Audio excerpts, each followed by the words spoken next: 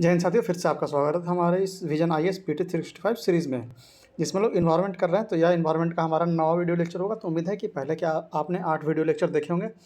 अगर नहीं देखे हैं तो लिंक मैं डिस्क्रिप्शन बॉक्स में डाल दूंगा, आप लोग जाइए इसे चेक कीजिए और इसे ज़रूर देखिए। यह हमारा 9वां वीडियो लेक्चर है। तो इससे पहले 8 वीडियो लेक्चर हम लोगों ने डाले हैं और इससे पहले हम लोगों ने भारतीय राज्य व्यवस्था एवं शासन का PT 365 किया था। तो आप लोग उसे भी जाइए चेक कीजिए।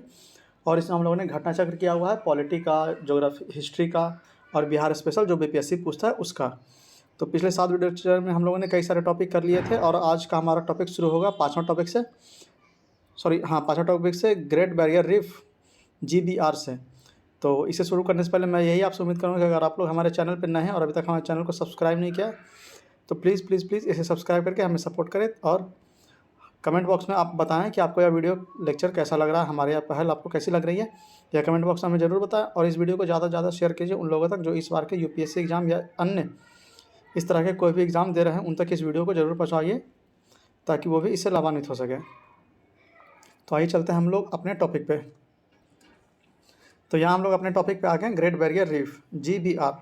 मगर इसे शुरू करने से पहले फिर से मैं आपसे ये अनुरोध करूँगा कि अगर आप लोग हमारे चैनल पर नए हैं और अभी तक हमारे चैनल को सब्सक्राइब नहीं किया तो प्लीज़ प्लीज़ प्लीज़ इसे सब्सक्राइब करके हमें सपोर्ट करें, क्योंकि आपका सपोर्ट हमारे लिए बहुत ज़रूरी है और यह हमें मोटिवेशन का काम करता है और इससे आप मोटिवेटेड रहते हैं और आपके लिए हम नए नए वीडियो बनाते रहते हैं। तो आइए शुरू करते हैं। तो यह सुर्खियों में क्यों रहा, सबसे पहले ये देखते हैं। तो वैज्ञानिकों ने कोरल, प्रवाल, मूंगा के लार्वे को फ्रीज और भंडारित करने के लिए क्रायोमेश नाम की एक नई तकनीक का सफलतापूर्वक परीक्षण किया है।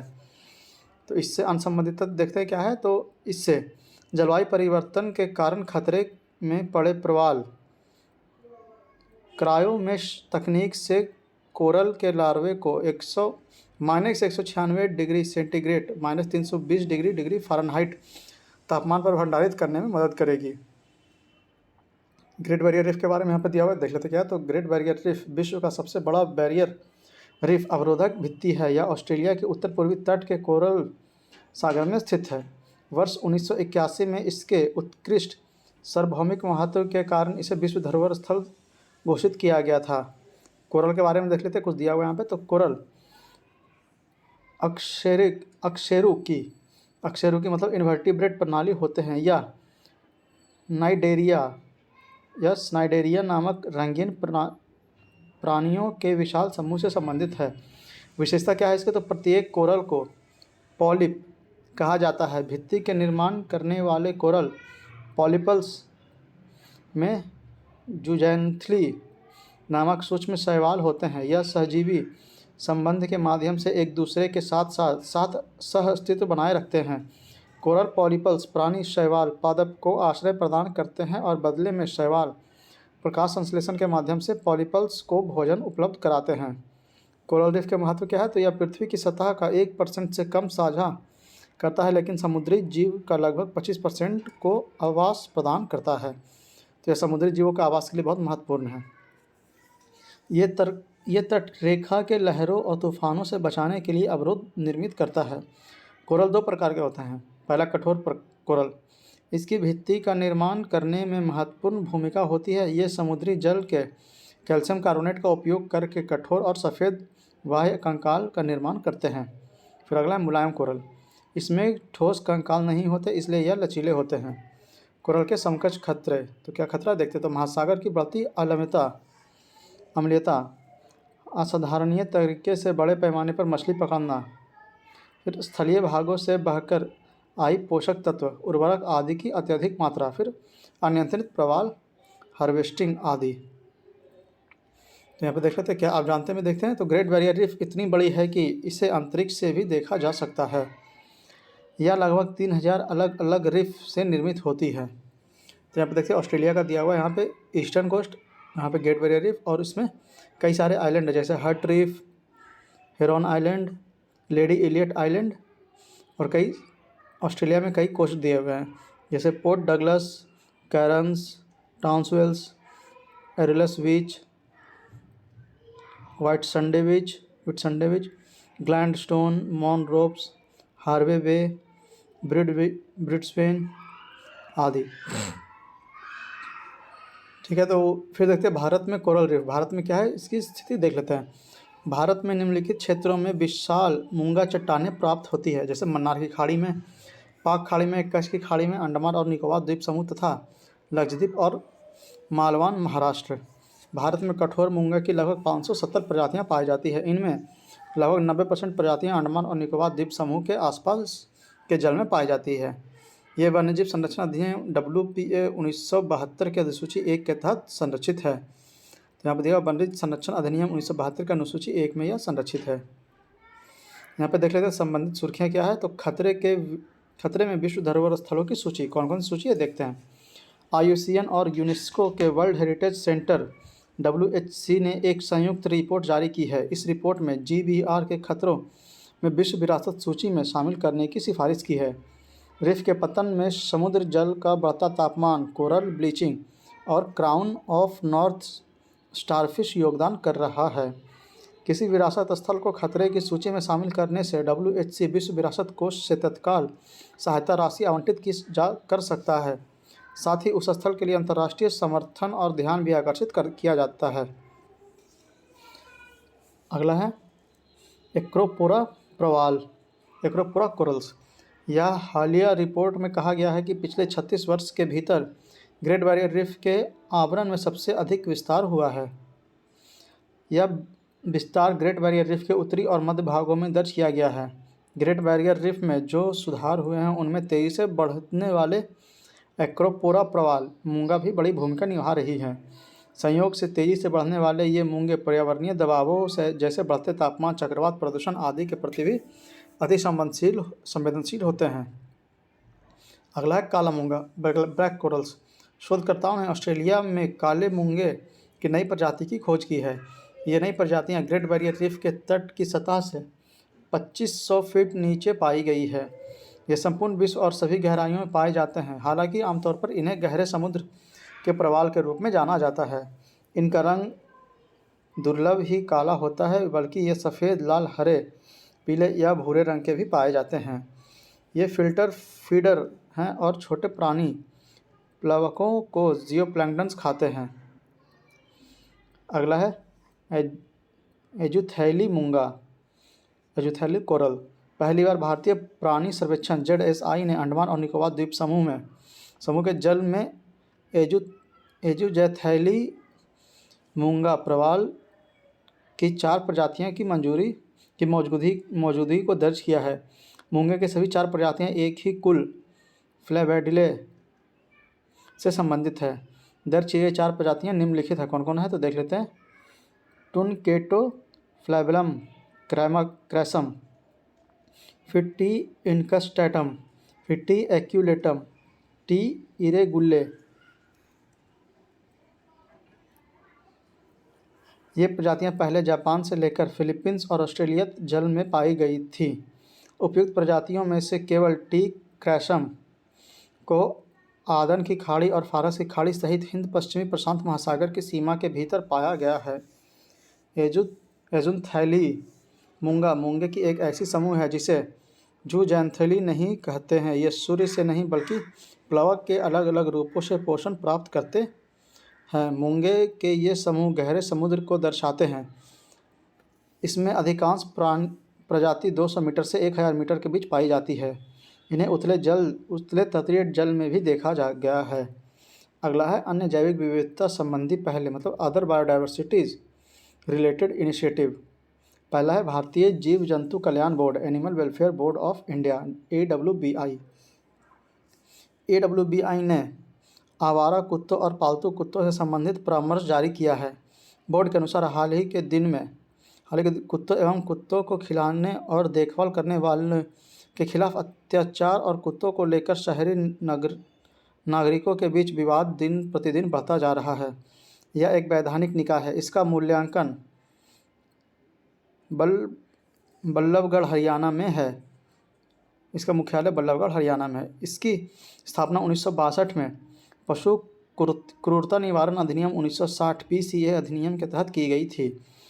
अधिदेश क्या हो जाएगा तो PCA अधिनियम 1960 के प्रावधानों तथा इस अधिनियम के तहत बनाए गए नियमों के अंतर्गत पशुओं को अनावश्यक नुकसान या पीड़ा पहुंचाने में से रोकना।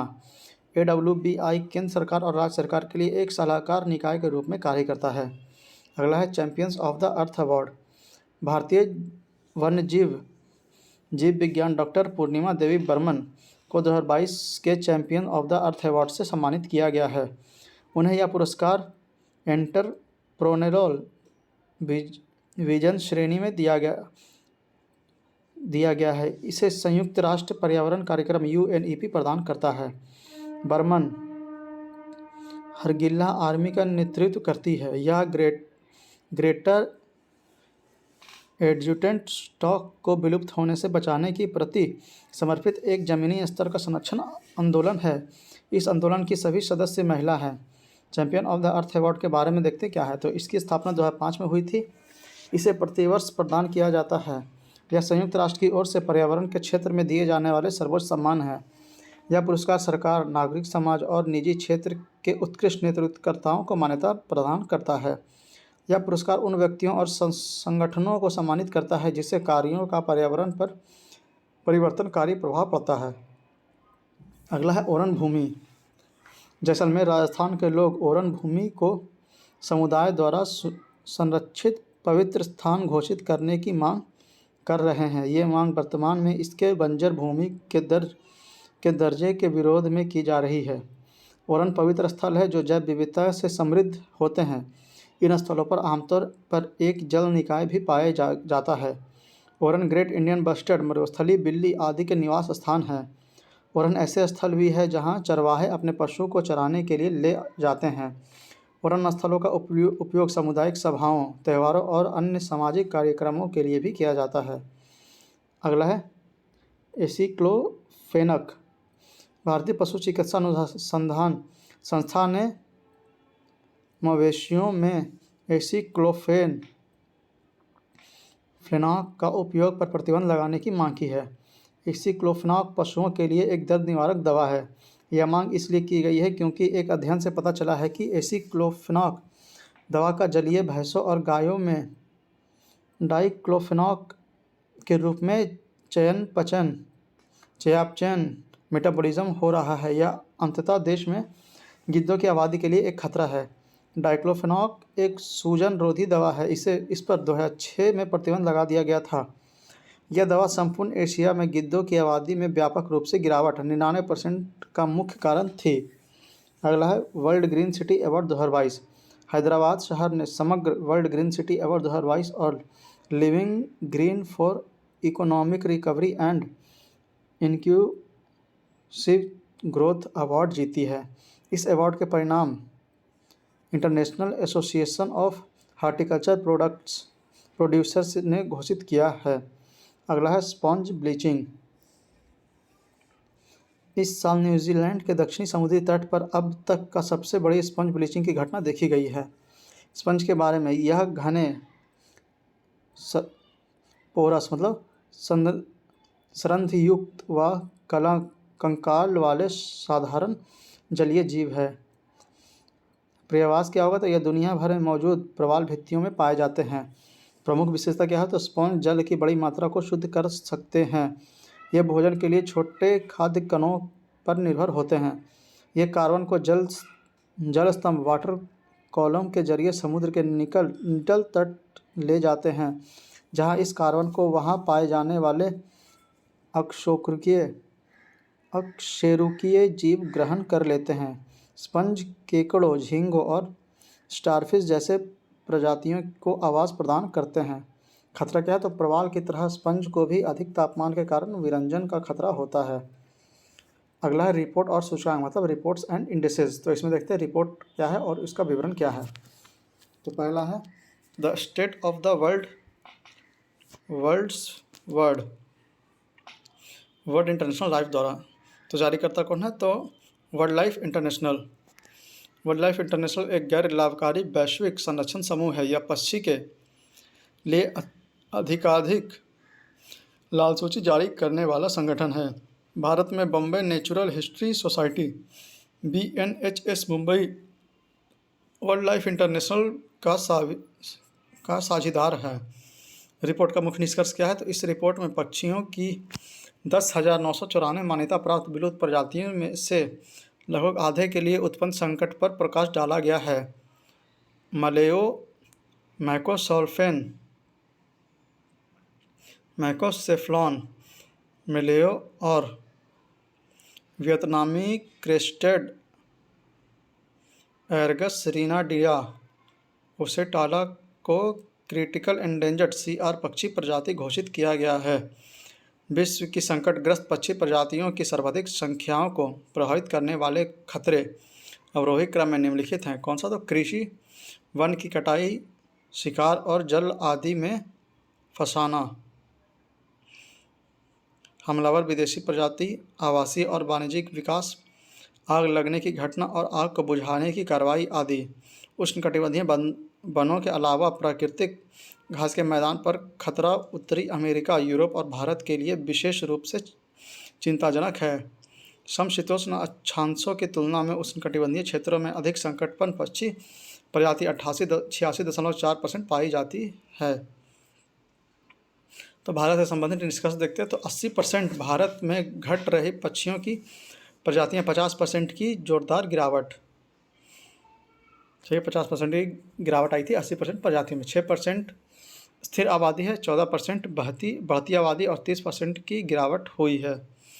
गंभीर रूप से संकटग्रस्त कौन कौन था? तो Himalayan quail, great Indian bustard Bengal, florican, sociable lapwing, Jerdon's courser, white bellied heron, red headed vulture, white rumped vulture, Indian vulture, slender vulture, Bugun, liocichla और येलो ब्रेस्टेड वंटिंग। भारत के पक्षी कहाँ घट रहे हैं? तो पर्यावास के प्रकारों पर निर्भर पक्षियों की प्रजातियाँ। यहाँ पे पॉल्यूशन इंडेक्स दिया हुआ है और यहाँ पे टाइम फ्रेम दिया हुआ है। तो वेटलैंड स्पेशलिस्ट उसमें 47% की गिरावट देखी गई है। ग्रासलैंड स्पेशलिस्ट इसमें 59% और फॉरेस्ट स्पेशलिस्ट इसमें 62% की गिरावट देखी गई है। अगला है विश्व वन स्थिति report 2022, state of the world forest 2022।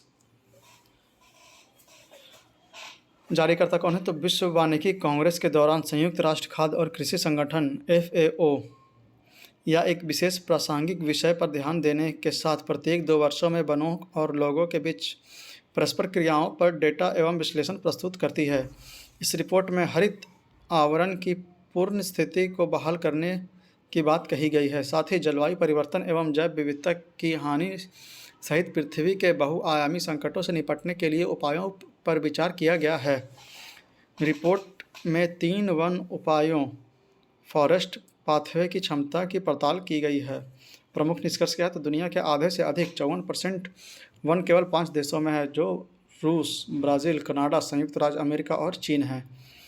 वनों ने 2011 से 2020 में जितना कार्बन उत्सर्जित किया है उससे कहीं अधिक कार्बन अवशोषित किया है।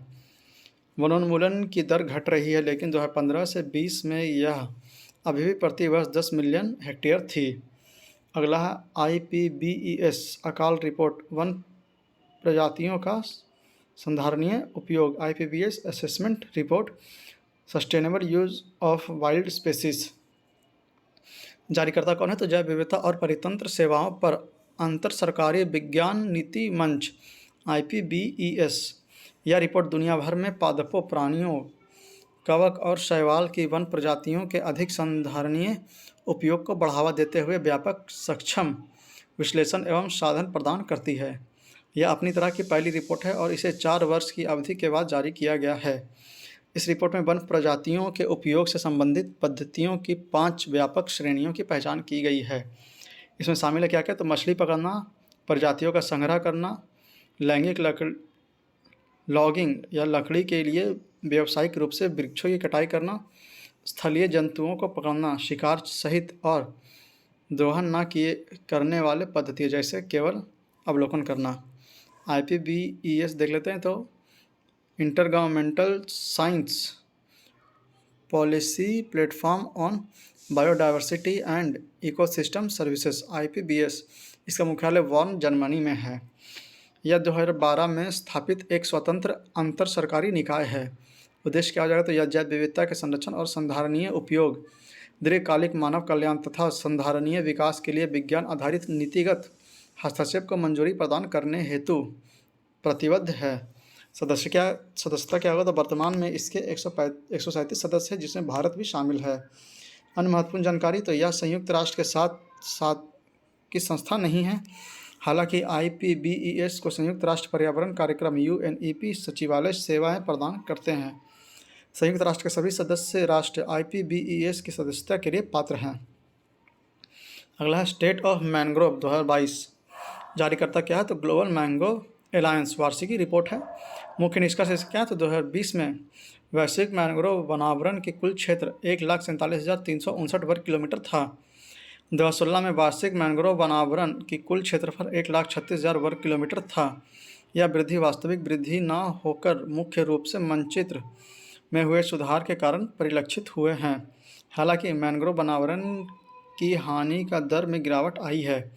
पिछले दशक में कुल मैंग्रोव वनावरण में औसत हानि प्रति वर्ष केवल 66 वर्ग किलोमीटर हुई है, जो 1996 और 2010 के बीच 327 वर्ग किलोमीटर थी।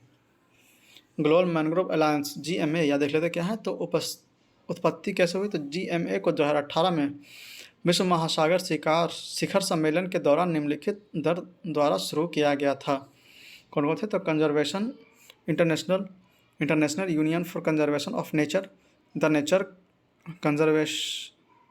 कंजर्वेसी, वेटलैंड इंटरनेशनल और वर्ल्ड वाइल्ड लाइफ फंड। उद्देश्य क्या हो जाएगा, तो इसका संरक्षण, पुनरुद्धार और उचित प्रबंधन के माध्यम से वैश्विक मैंग्रोव वनावरण को बढ़ाना। इसके तहत स्थानीय और सामुदायिक भागीदारों के साथ जमीनी स्तर पर अनुसंधान, समर्थन, शिक्षा और व्यवहारिक परियोजनाओं को प्रोत्साहन प्रदान किया जाता है। साथ ही इसके तहत निम्नलिखित 3 प्रमुख क्षेत्रों को भी लक्षित किया गया है। कौन कौन सा है, तो देखते थे मैंग्रोव की हानि को रोकना, विज्ञान आधारित पुनरुद्धार गतिविधियों को बढ़ावा देना और जागरूकता बढ़ाना। सदस्यता क्या हो जाएगा, तो वर्तमान में इस गठबंधन में 30 से अधिक गठबंधन शामिल हैं। इसमें निम्नलिखित द्वारा समन्वित किया जाता है। तो कौन है, conservation international union for conservation for nature, the nature conservancy, wetlands international और वर्ल्ड वाइल्ड लाइफ फंड। अन्य महत्वपूर्ण जानकारी क्या है, तो पिछले वर्ष इसने विश्व के मैंग्रोव की स्थिति 2021 रिपोर्ट प्रकाशित की थी। इसके द्वारा मैंग्रोव के लिए mangrove for the future MFF जैसे कई पहलों को संचालित किया गया है। यह संधारणीय विकास हेतु तटीय परितंत्र के संरक्षण में निवेश को बढ़ावा देने के लिए सहभागी नेतृत्व वाली पहल है। MFF के अंतर्गत Bangladesh, Cambodia, Bharat, Indonesia, Maldives, Myanmar, Pakistan, Seychelles, Sri Lanka, Thailand और वियतनाम जैसे देश शामिल हैं। अगला है living planet report 2022 and living planet index LPI। तो देख लेते हैं यह क्या है, तो जारीकर्ता world wide fund for nature WWF है। WWF वर्ष 1961 में स्थापित एक अंतर्राष्ट्रीय गैर सरकारी संगठन है। इसका मुख्यालय ग्लैंड, स्विट्जरलैंड में है। यह रिपोर्ट प्रत्येक 2 वर्ष में जारी की जाती है। यह रिपोर्ट इस तथ्य का मापन करती है कि जैव विविधता के नुकसान और जलवायु परिवर्तन के कारण पर्यावरण पर बढ़ते दबाव के प्रति प्रजातियां जैसे कैसे प्रतिक्रिया कर रही है। इस रिपोर्ट का शीर्षक क्या है, तो building a nature positive society. Report की मुख्य निष्कर्ष क्या है, तो पिछले 50 वर्षों में दुनिया भर में वनों में पाए जाने वाले स्तनधारियों, पक्षियों, उभयचरों, सरीसृपों और मछलियों की आबादी में 69% की गिरावट आई है। सबसे ज़्यादा गिरावट लैटिन अमेरिका और कैरेबियाई क्षेत्र में दर्ज की गई है। लिविंग प्लैनेट इंडेक्स LPI क्या है, तो LPI विश्व की जैविक विविधता की स्थिति का मापन करता है। यह मापन स्थलीय, ताजे जल और समुद्री पर्यावासों की कशेरुकी वर्टिब्रेट प्रजातियों की आबादी से जुड़ी प्रवृत्तियों के आधार पर किया जाता है। LPI को जैव विविधता अभिसमय ने अपने वर्ष 2011 से 20 के लक्ष्यों की दिशा में प्रगति के संकेतक के रूप में अपनाया है। यह वर्ष 2020 पश्चात लक्ष्यों की दिशा में प्रगति की निगरानी में महत्वपूर्ण भूमिका निभा सकता है। अगला है global forest declaration assessment report 2022। यह नागरिक समाज के नेतृत्व में की गई एक स्वतंत्र पहल है। इस रिपोर्ट में 2030 तक निवारीकरण को रोकने और 350 मिलियन हेक्टेयर बंजर भूमि की पुनर्बहाली की दिशा में हुई प्रगति का आकलन किया गया है। ये लक्ष्य अंतर्राष्ट्रीय घोषणा पत्र के माध्यम से निर्धारित किए गए हैं। इन वनों पर न्यूयॉर्क घोषणा पत्र 2014 तथा वनों और भूमि उपयोग पर ग्लासगो घोषणा पत्र 2021 शामिल है। इस रिपोर्ट की 4 प्रमुख विशेषताओं के तहत आकलन किया गया है। अति महत्वपूर्ण वन लक्ष्य 2030 तक प्राकृतिक वनों की क्षमता और निम्नीकरण को समाप्त करना। दूसरा है संधारणीय उत्पादन और विकास। तीसरा है कानूनी नीति और संस्थागत फ्रेमवर्क सहित वन अभिशासन गवर्नेंस। चौथा है वनों के लिए वित्त। रिपोर्ट की प्रमुख निष्कर्ष कौन कौन से हैं तो देख लेते हैं। 4 ठो है। वनों की कटाई की दर में 6.3% की गिरावट आई है और इसका लक्ष्य 10% है। वाणिज्यिक कृषि और इमारती लकड़ी के लिए वृक्षावरण ह्रास में 6% की कमी आई है और इसका लक्ष्य 20% है। वनों के लिए सामन संबंधी वित्त प्रति वर्ष औसतन $2.3 बिलियन है और इसका लक्ष्य 460 बिलियन है। वनों और वन भूमि से संबंधित गवर्नेंस अपनी पर्याप्त रूप से मजबूत नहीं है। सभी देशों में इससे संबंधित कानूनी और नीतिगत उपायों को मजबूत करना यह इसका लक्ष्य है। तो इसी के साथ यह टॉपिक यहाँ पे समाप्त होता है। अगला टॉपिक है सतत विकास मतलब सस्टेनेबल डेवलपमेंट। उसमें पहला न्यूज़ है सतत विकास रिपोर्ट 2022 सस्टेनेबल डेवलपमेंट रिपोर्ट 2022। फिर सुर्खियों में क्यों रहा तो सतत विकास रिपोर्ट SDR 2022 में भारत 163 देशों में से 121वां स्थान पर है। यह रिपोर्ट सतत विकास समाधान नेटवर्क SDSN के स्वतंत्र विशेषज्ञों का एक समूह द्वारा प्रकाशित किया गया है। रिपोर्ट के बारे में देखते हैं यहाँ पे क्या। तो SDR यह आकलन करती है कि SDG की प्राप्ति में प्रत्येक देश की क्या स्थिति है। SDR को पूर्व में SDG इंडेक्स और डैशबोर्ड कहा जाता था। रिपोर्ट के मुख्य बिंदु कौन कौन से हैं तो एक नज़र देखते हैं उस पर। लगातार दूसरे वर्ष विश्व सतत विकास लक्ष्यों की प्राप्ति की दिशा में प्रगति नहीं कर रहा है।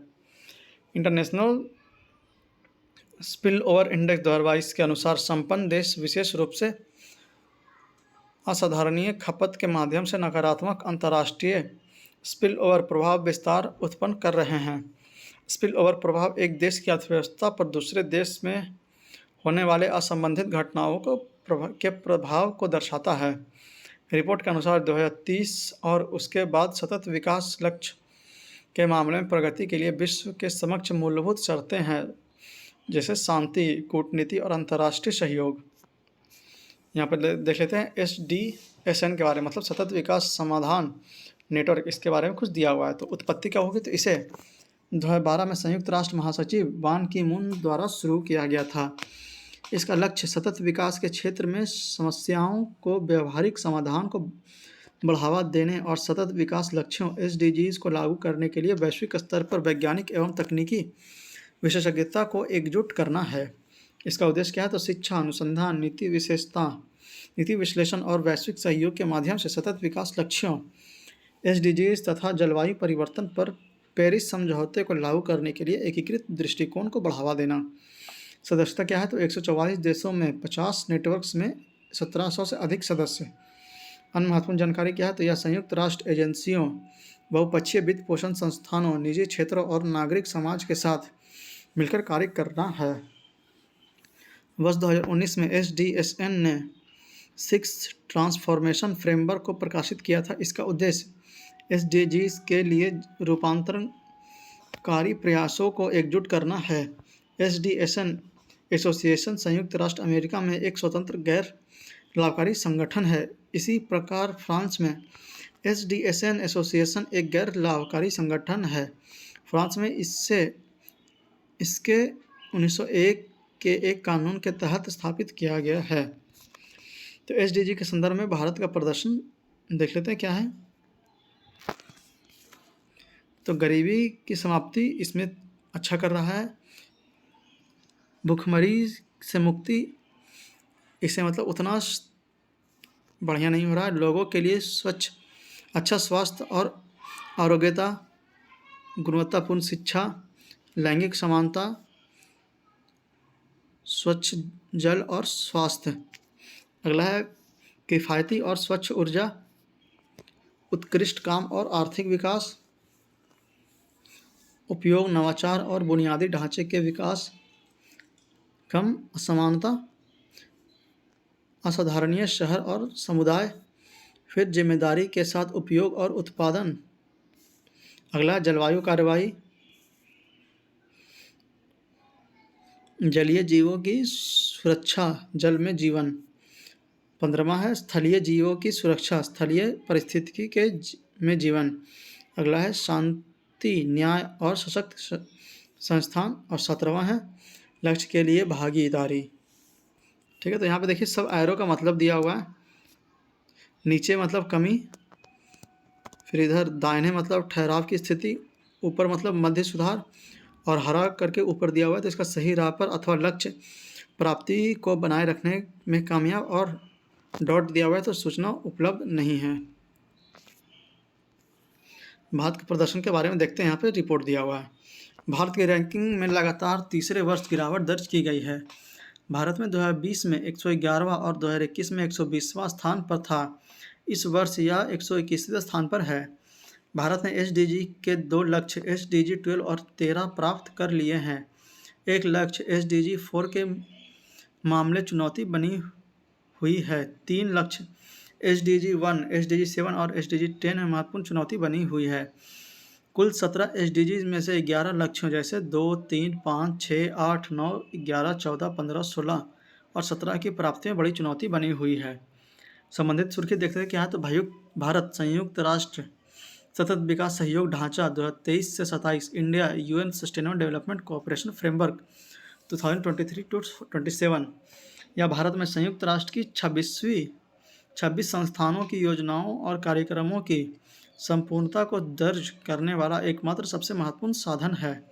इसका उद्देश्य 2030 एजेंडा के 4 स्तंभों को भारत की राष्ट्रीय प्राथमिकताओं के साथ संरेखित करता है। ये 4 स्तंभ कौन कौन से हैं, तो लोग, समृद्धि, गृह और भागीदारी। इसके 6 परिणाम क्षेत्र हैं, कौन कौन से, तो स्वास्थ्य और कल्याण, पोषण और भोजन, गुणवत्तापूर्ण शिक्षा, आर्थिक विकास और उत्कृष्ट कार्य, पर्यावरण, जलवायु, वास और लचीलापन। छठा है लोगों, समुदायों और संस्थाओं में को सशक्त बनाना। भारत सरकार यूएनएसडीएफ के मध्य एक सहयोग ढांचा है। पहले सहयोग ढांचा वर्ष 2018 से 22 तक की अवधि के लिए था। वर्ष 2023-27 के लिए इसमें नवीनीकृत किया जाएगा। भारत की स्वतंत्रता के 75 वर्ष पूर्व होने पर इस पर हस्ताक्षर किए जाएंगे। अगला न्यूज़ है सतत शहर समेकित दृष्टिकोण प्रायोजिक SCIAP परियोजना, मतलब sustainable cities integrated approach pilot project SCIAP। तो सुर्खियों में क्यों रहा, तो यूएन हैबिटेट के निष्कर्ष SCIAP परियोजना पर आधारित हैं। इसे जयपुर विकास प्राधिकरण और जयपुर ग्रेट नगर निगम के सहयोग से संधारणीय शहर नियोजन और प्रबंधन के घटक के रूप में लागू किया गया था। SCIAP परियोजना के बारे में यहाँ पे दिया हुआ, देख लेते हैं। तो इसका कार्यान्वयन कैसे हुआ, तो भारत सरकार के आवास और शहरी कार्य मंत्रालय MOHUA की साझेदारी में UNIDO और UN हैबिटेट द्वारा कार्यान्वित किया गया। वित्त पोषण, तो वैश्विक पर्यावरण सुविधा GEF, इसे निम्नलिखित 5 भारतीय शहरों में लागू किया जा रहा है। जयपुर राजस्थान में, भोपाल मध्य प्रदेश में, विजयवाड़ा और गुंटूर आंध्र प्रदेश में और मैसूर कर्नाटक में। लक्ष्य क्या है, तो शहरी नियोजन और प्रबंधन में संधारणीय रणनीतियों को एकीकृत करना तथा हरित अवसंरचना में निवेश के लिए अनुकूल माहौल बनाना जो ग्रीन हाउस गैस उत्सर्जन को कम करने में सहायक होगा। सेवा वितरण में सुधार करेगा और सभी नागरिकों के लिए जीवन की गुणवत्ता में वृद्धि करेगा, जिससे लचीलेपन को बढ़ावा और गवर्नेंस को मजबूत किया जा सकेगा। परियोजना के प्रमुख घटक कौन कौन से हैं, तो देख लेते हैं। भारत में स्थानिक योजना के लिए शहरी संधारणीय आकलन ढांचा विकसित करना, यह निर्णय लेने में सहायता प्रदान करने के लिए डिज़ाइन किया गया है एक साधन है। इससे भारत में संधारणीय और लचीली शहरी योजना व प्रबंधन को बढ़ावा देने के लिए नगर निगम आयुक्तों एवं शहरी प्रैक्टिशनर्स को संबंधित निकाय में सहायता मिल पाएगी। जयपुर को urban sustainability assessment framework USAA पर 3 की समग्र सस्टेनेबिलिटी रेटिंग मिली है। संयुक्त राष्ट्र मानव अधिवास कार्यक्रम, इसका मुख्यालय नैरोबी केनिया में है। तो यह UN हैबिटेट उत्पत्ति कैसे हुई, तो यह मानव अधिवासों के लिए संयुक्त राष्ट्र की एजेंसी है। इस संयुक्त राष्ट्र महासभा द्वारा अधिदेशित किया गया है। उद्देश्य क्या है, तो सभी को पर्याप्त आश्रय प्रदान करने के लिए सामाजिक और पर्यावरणीय रूप से संधारणीय कस्बों तथा शहरों को बढ़ावा देना।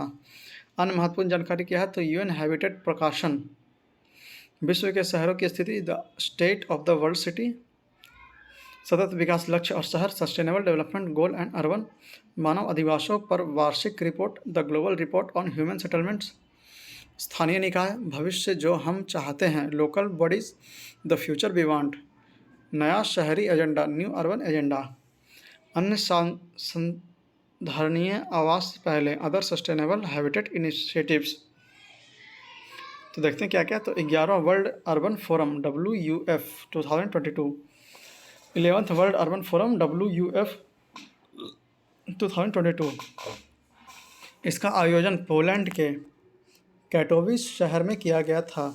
यह WUF UN हैबिटेट द्वारा सह आयोजित सतत शहरीकरण का प्रमुख वैश्विक सम्मेलन है। WUF की स्थापना 2001 में संयुक्त राष्ट्र द्वारा की गई थी। इसका उद्देश्य तीव्र शहरीकरण और समुदायों, शहरों, अर्थव्यवस्थाओं, जलवायु परिवर्तन और नीतियों पर इसके प्रभाव का परीक्षण करना है। प्रथम UWF की योजना 2002 में केनिया के नैरोबी में किया गया था। 11वां UWF में national institute of urban affairs NIUA, climate centre for cities NIUAC cube, world resource institute India WRI India आदि ने शहरी प्रकृति आधारित समाधान NBS के लिए भारत का पहला राष्ट्रीय गठबंधन प्लेटफॉर्म लॉन्च किया। अगला है गृह, GRIH गृह, मतलब green rating for integrated habitat assessment. नई दिल्ली स्थित भारतीय विशिष्ट पहचान प्राधिकरण UIDAI मुख्यालय ने गृह अनुकरणीय प्रदर्शन पुरस्कार 2022 प्राप्त किया है। गृह को एक निजी संस्थान TERI, the energy and resource institute ने विकसित किया था। इसे भारत सरकार ने 2007 में हरित भवनों के लिए राष्ट्रीय रेटिंग प्रणाली के रूप में अपनाया था। यह किसी इमारत के संपूर्ण अस्तित्व अवधि चक्र के दौरान समग्र रूप से उसके पर्यावरणीय प्रदर्शन की मूल्यांकन करता है। इस प्रकार यह हरित भवन के निर्माण के लिए एक निश्चित मानक प्रदान करता है। भारत में गृह को UNFCCC के समक्ष प्रस्तुत किए गए अपने उद्देश्य राष्ट्रीय स्तर पर निर्धारित योगदानों INDCs में शामिल किया है। इस तरह से भारत की अपनी हरित भवन रेटिंग प्रणाली के रूप में भी मान्यता प्राप्त है। Cities CITIS investment to innovate, integrate and sustain कार्यक्रम, राष्ट्रीय नगर कार्य संस्थान NIUS CITIS कार्यक्रम के तहत एक फोटोग्राफी प्रदर्शनी का आयोजन कर रहा है। इसका शीर्षक भविष्य के शहर हैं। सिटीज आवास और शहरी कार्य मंत्रालय MOHUA, फ्रांसीसी विकास एजेंसी, यूरोपीय संघ तथा NIUA का एक संयुक्त कार्यक्रम है। इस कार्यक्रम का उद्देश्य अंतर्राष्ट्रीय और घरेलू विशेषज्ञों के माध्यम से अनुदान एवं तकनीकी सहायता के द्वारा वित्तीय सहायता प्रदान करना है। यह कार्यक्रम चैलेंज प्रोसेस के माध्यम से स्मार्ट सिटी परियोजना को वित्त पोषित करने के लिए कार्यक्रम का मुख्य घटक है। अगला न्यूज़ है भारत के पहले सॉवरेन ग्रीन बॉन्ड की रूपरेखा, India's first sovereign green bond SGB framework. तो यह सुर्खियों में क्यों रहा, देख लेते हैं। वित्त मंत्रालय ने भारत के सॉवरेन ग्रीन बॉन्ड की रूपरेखा को अंतिम रूप दे दिया है। सॉवरेन ग्रीन बॉन्ड के बारे में देखते हैं क्या है। तो ग्रीन बॉन्ड एक निश्चित तय आय वाला लिखित इंस्ट्रूमेंट है। इसे विशेष रूप में जलवायु संबंधी या पर्यावरण परियोजनाओं के समर्थन करने के लिए डिज़ाइन किया गया है। SGB सरकार द्वारा जारी की जाती है। इससे पहले वित्त वर्ष 2022-23 में केंद्रीय बजट में हरित परियोजनाओं के लिए संसाधनों को जुटाने हेतु सॉवरेन ग्रीन बॉन्ड जारी करने की घोषणा की गई थी। फ्रेमवर्क की प्रमुख विशेषता क्या है। तो इस फ्रेमवर्क के तहत उन परियोजनाओं को ग्रीन प्रोजेक्ट कहा जाता है जो निम्नलिखित सिद्धांतों पर आधारित होते हैं। वह ऊर्जा दक्षता को प्रोत्साहित करती हो, वह कार्बन और ग्रीन हाउस गैस के उत्सर्जन को कम करती हो। इस फ्रेमवर्क के तहत पत्र परियोजनाओं में शामिल है कौन कौन सा। तो अक्षय ऊर्जा, स्वच्छ परिवहन, जल और अपशिष्ट प्रबंधन, ग्रीन बिल्डिंग आदि। परियोजनाएं जो पात्र नहीं हैं तो परमाणु ऊर्जा उत्पादन, लैंडफिल परियोजनाएं, प्रत्यक्ष अपशिष्ट भस्मीकरण, 25 मेगावाट से अधिक क्षमता वाले जल विद्युत संयंत्र। SGB जारी करने पर लिए गए प्रमुख निर्णयों का अनुमोदन करने के लिए हरित वित्त कार्य समिति ग्रीन फाइनेंस वर्किंग कमेटी का गठन किया गया। ग्रीन बॉन्ड से पर्याप्त आय को भारत की संचित निधि में जमा किया जाएगा। तो भारत में ग्रीन बॉन्ड देखते हैं कौन सा है। तो 2017 में भारतीय प्रतिभूति और विनियमन बोर्ड सेबी ने ग्रीन बॉन्ड के लिए प्रकटीकरण डिस्क्लोजर मानदंड जारी किए थे। इसके तहत जारीकर्ता को ऐसी प्रतिभूतियों को जारी करने के पर्यावरणीय उद्देश्य को प्रकट करना होगा। भारत का पहला green bond yes bank limited ने 2015 में जारी किया था। तो सुर्खियों में देखते हैं अन्य क्या है। तो म्युनिसिपल ग्रीन बॉन्ड्स।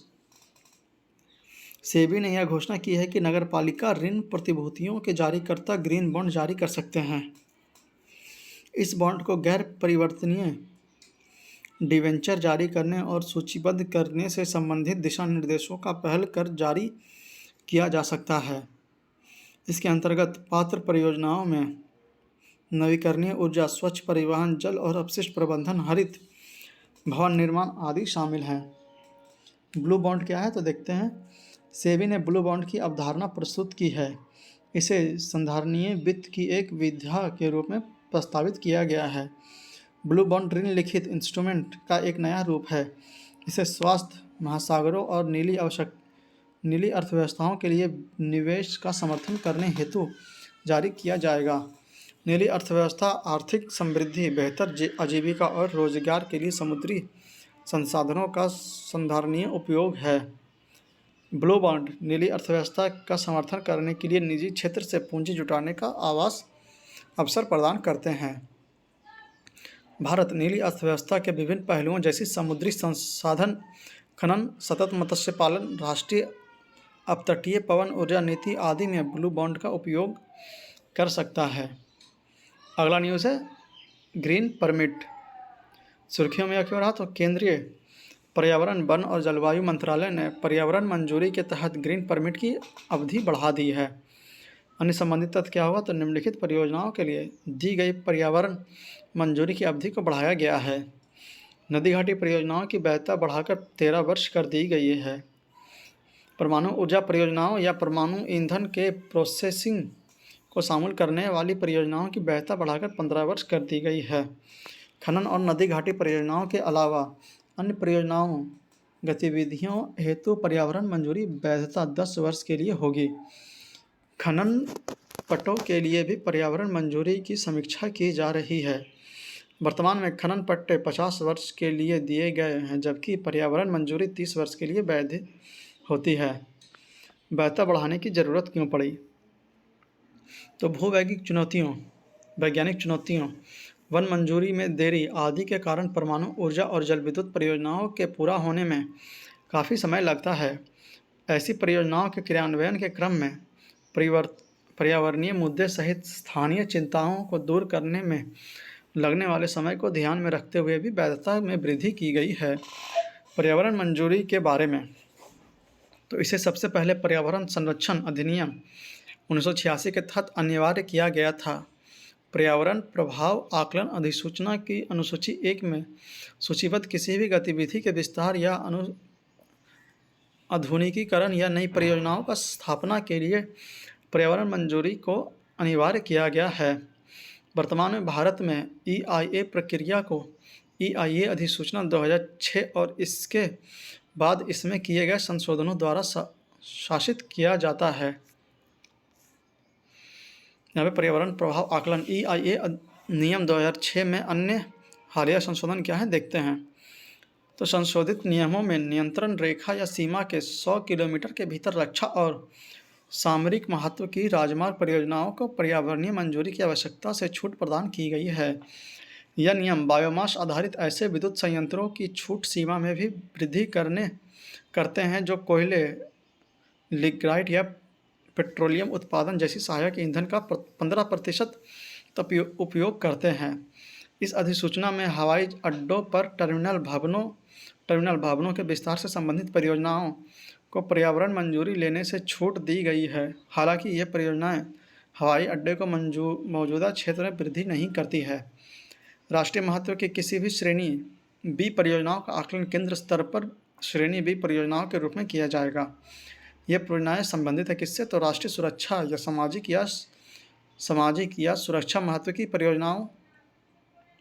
अगला है महामारी, प्राकृतिक आपदाओं जैसी आकस्मिकताओं के कारण या राष्ट्रीय कार्यक्रमों या योजनाओं या मिशनों के तहत पर्यावरण के अनुकूल गतिविधियों को बढ़ावा देने के लिए केंद्र सरकार द्वारा अधिसूचित परियोजनाएं।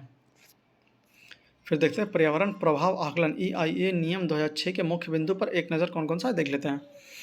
तो 2006 के EIA नियमों के तहत निम्नलिखित परियोजनाओं के लिए पर्यावरणीय मंजूरी प्राप्त करना अनिवार्य कर दिया गया है। तो कौन कौन सा नियम है? तो खनन परियोजनाएं, ताप विद्युत संयंत्र परियोजनाएं, नदी घाटी परियोजनाएं, अवसंरचना और उद्योग परियोजनाएं जिसमें बहुत छोटे इलेक्ट्रोप्लेटिंग या फाउंड्री इकाइयां भी शामिल हैं। परियोजनाओं के लिए पर्यावरणीय मंजूरी प्रक्रिया में 4 चरण शामिल हैं।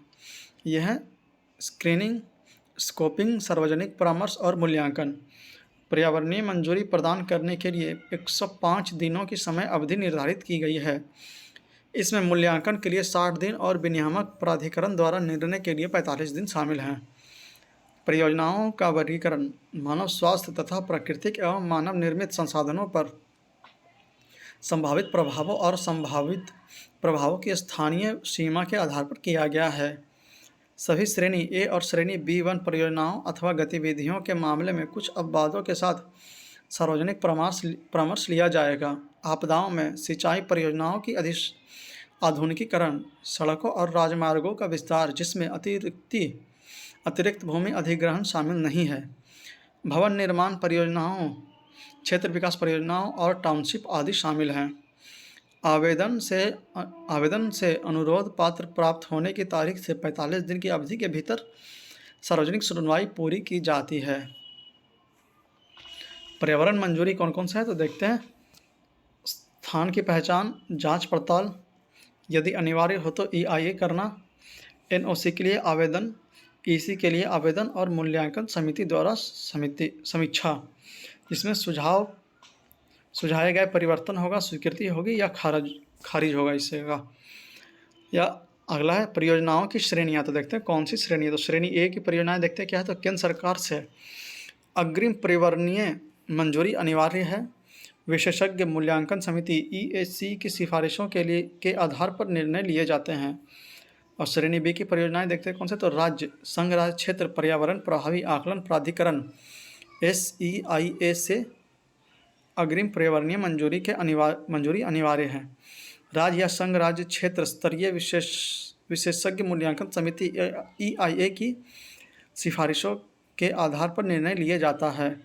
यह निर्धारित करने के लिए जांच पड़ताल की जाती है कि क्या उन्हें पर्यावरण प्रभाव आकलन EIA रिपोर्ट तैयार करने की आवश्यकता है। इसके 2 श्रेणी है। श्रेणी B1 परियोजनाएं पर्यावरण मंजूरी प्रदान करने से पहले इसके मूल्यांकन के लिए EIA रिपोर्ट अनिवार्य है। और श्रेणी B2 परियोजनाएं पर्यावरणीय मंजूरी देने से पहले इसके मूल्यांकन के लिए EIA रिपोर्ट अनिवार्य नहीं है। अगला संबंधित सुर्खी राज्य पर्यावरण प्रभाव आकलन प्राधिकरण state environment impact assessment authorities SEIAAS। तो इसमें देखते हैं राष्ट्रीय हरित अधिकरण NGT ने MOEF एंड CC को यह निर्देश दिया है कि वह SEIAA द्वारा पालन किए जाने वाले सुरक्षा उपायों और दिशा निर्देशों को तैयार करने के लिए एक पैनल का गठन करें।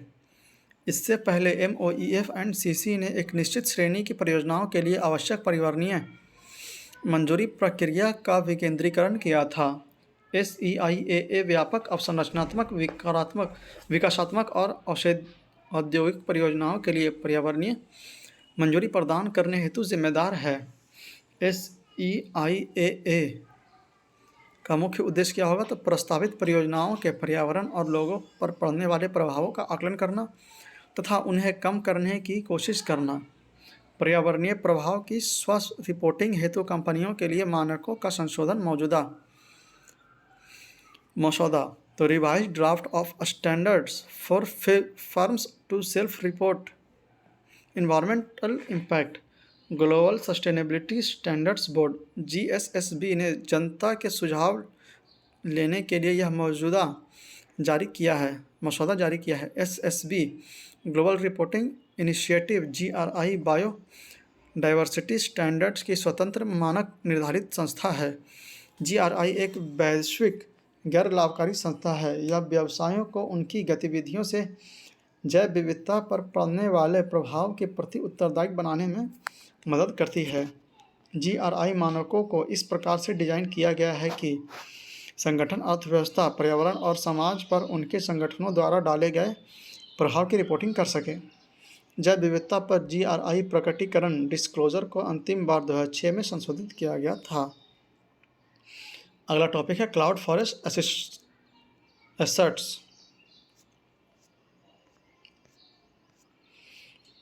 तो क्लाउड फॉरेस्ट एसेट्स हम लोग अगले वीडियो लेक्चर में करेंगे। इस वीडियो लेक्चर को हम लोग यहीं पे समाप्त करते हैं। उम्मीद है कि आपको यह वीडियो लेक्चर पसंद आ रहा होगा।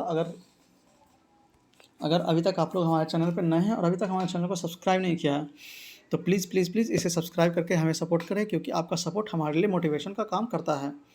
और इस वीडियो को ज़्यादा से ज़्यादा शेयर करें उन लोगों तक जो इस बार UPSC के एग्ज़ाम में बैठ रहे हैं या अन्य इस तरह के किसी भी एग्ज़ाम में बैठ रहे हैं। और इस वीडियो को लाइक करके हमें मोरल सपोर्ट दें और इस वीडियो को सब्सक्राइब करके भी हमें सपोर्ट करें, ताकि ज़्यादा से ज़्यादा हम और अच्छा वीडियो आपके लिए बना सकें। तो मिलते हैं आपसे अगले वीडियो लेक्चर में। तब तक के लिए इस वीडियो में बने रहें और इसे ज़्यादा से ज़्यादा बार रिवाइज़ करें और अपने एग्ज़ाम की तैयारी को और मजबूत कर लें। धन्यवाद। मिलते हैं आपसे अगले वीडियो लेक्चर में। तब तक के लिए जय हिंद, जय भारत।